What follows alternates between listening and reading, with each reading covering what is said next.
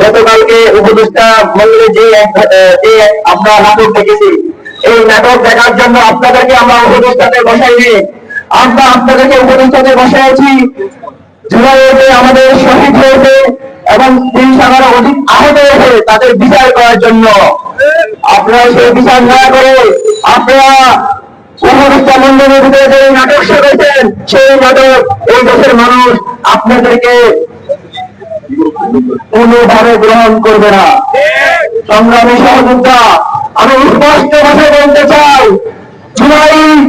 জুলাইকে যারা বিনষ্ট করতে চাইবে, জুলাইকে যারা ঢুকে দিতে চাইবে, তারাই এই বাংলাদেশ থেকে মিশে যাবে।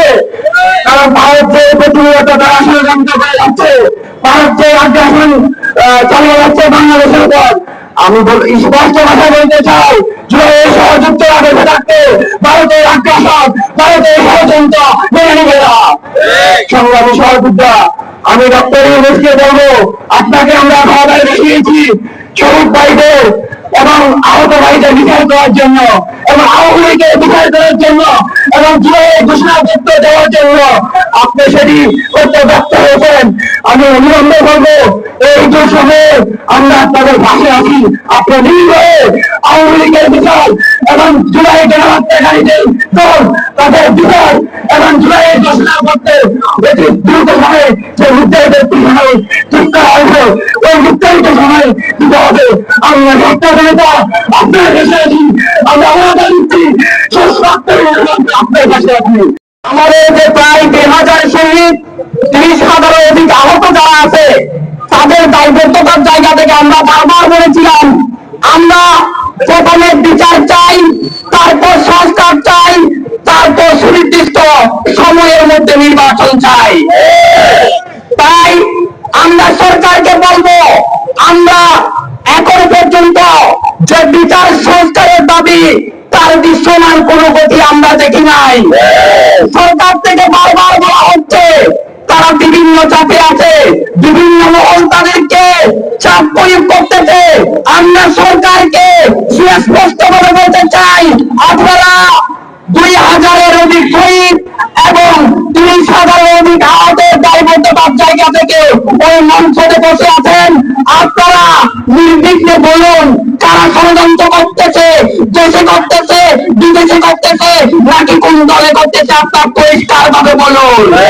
আমরা দিল্লির প্রেসক্রিপশন কিংবা ভারতীয় প্রেসক্রিপশন বা কোন দলীয় প্রেসক্রিপশনে বাংলাদেশ আর চলতে দেব না। বাংলাদেশ চলবে, সামনে যে জুলাই সনদ আসবে, আমাদের যে আহত আছে শহীদদের দায়বদ্ধতার জায়গা থেকে আমরা বলবো, আগামীতে যারা এই ষড়যন্ত্র করবে, আমাদের আহত শহীদদের দায়বদ্ধতার জায়গা থেকে যে রাষ্ট্রের আমরা স্বপ্ন দেখি, এই রাষ্ট্র নিয়ে যারা ষড়যন্ত্র করবে, আমরা যে জুলাইয়ের যে শক্তিগুলো আছে, আমরা আবারও নির্দ্বিধায় রাষ্ট্রদের জানান দিব, আমরা ছিলাম, আমরা আছি, আমরা পারবো। সবশেষ আমরা বলতে চাই, দৃশ্যমানের বিচারে আওয়ামী লীগের যারা রাজভবন আছে, চট্টগ্রামে নওফেল, আজম নাছির, লতিফ থেকে শুরু করে কাউকে আমরা এখনো পর্যন্ত গ্রেফতার দেখি নাই। তাদের অবস্থান সম্পর্কে আমরা জানি না। আমরা বলবো, আপনারা আওয়ামী কর্মীদের বিরুদ্ধে ব্যবস্থা নিন, পাশাপাশি যারা নব্য ফেসিবাদ হয়ে উঠতে চাইবে, সন্ত্রাস হতে উঠতে চাইবে, তাদের বিরুদ্ধে আপনারা ব্যবস্থা নিন। আমরা অতি সত্তর দৃশ্যমান সংস্কার এবং বিচারের গতি দেখতে চাই এবং সরকারের প্রতিশ্রুতি অনুযায়ী জুলাই সনদ অতি বিলম্বে ঘোষণা করতে হবে। ছাড়াতে না পারি, যদি এই দিবস করতে না পারি, গত 17 বছরের মতো আমরা আবারও একটা খারাপ পরিস্থিতির মধ্যে দিয়ে চলে যাবো। এই পরিস্থিতি থেকে আমরা স্থান পেতে চাই, যদি এই দিবস কাটিয়ে উঠতে চাই, তাহলে আমাদেরকে জুলাই ঘোষণাপত্রের দাবি নিয়ে মাঠে নামতে হবে, বিচার নিশ্চিত করতে হবে। আমরা দলের উদ্যোগে সম্পন্ন করে পাচ্ছেন ২,০০০ শহীদের রক্ত নিয়ে অর্জিত এই বিজয়কে নস্যাৎ করার জন্য দেশীয় এবং আন্তর্জাতিক ষড়যন্ত্র পরিচালিত হচ্ছে, যার প্রেক্ষিতে আমরা স্পষ্ট পরিণতি অভ্যন্তরে এমন কিছু হয়েছে যা আপনি অথবা আমরা জানি না। আমরা জানতে চাই, উপদেষ্টা মন্ডলীকে জানতে চাই, গতকালকে কোন শক্তির প্রচারে কোন শক্তি প্রয়োগের কারণে আপনারা এসব কাজ আনা হয়েছেন জাতির কাছে স্পষ্ট করুন। আমরা আর বলতে চাই, অতীতে একজন এনসিপি নেতা এবং জুলাইয়ের একজন উপদেষ্টা, তাদের কথাবার্তায় আমরা জুলাইয়ের তোর যে ঐক্য পরিণত হয়েছিল সে ঐক্যের বিরুদ্ধে তাদের চাল ছিল আমরা পরিবর্তন করছি।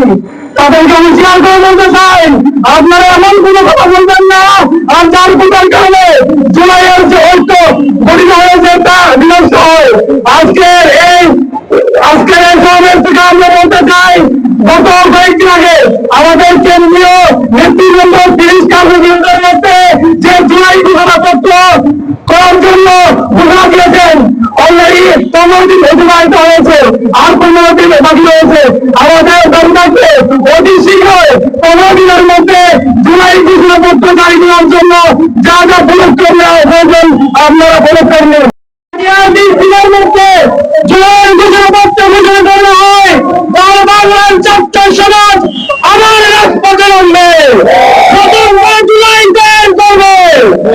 আমরা এখন দেখতে পাচ্ছি এই ভারতীয় আধিপত্য, ভারতীয় আগ্রাসন আওয়ামী লীগকে পুনর্বাসন করার জন্য আমরা করে রেখেছে। আমরা জুলাইয়ের যে শহীদ, জুলাইয়ের যে আহত, এখন তাদের পুনর্বাসন করা হয় নাই, এখন পর্যন্ত তাদের দৃশ্যমান কোনো বিচার করা হয় নাই, আওয়ামী লীগের কোনো বিচার করা হয় নাই। এজন্য এখন পর্যন্ত যারা আওয়ামী লীগের বিচারের আগে আওয়ামী লীগের নির্বাচনের মাধ্যমে প্রধান নির্বাচন করে নির্বাচন করার জন্য পুনর্বাচন করার চেষ্টা করছেন, তাদেরকে আমরা হুঁশিয়ার করে দিচ্ছি।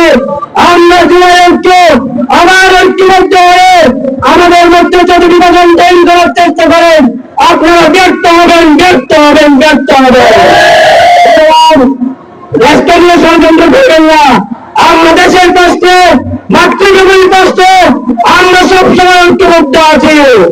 আমরা জীবন দিতে শিখে গেছি, আমরা মরতে শিখে গেছি, আমাদের রাজপথ থেকে ফিরিয়ে নিতে পারবো না।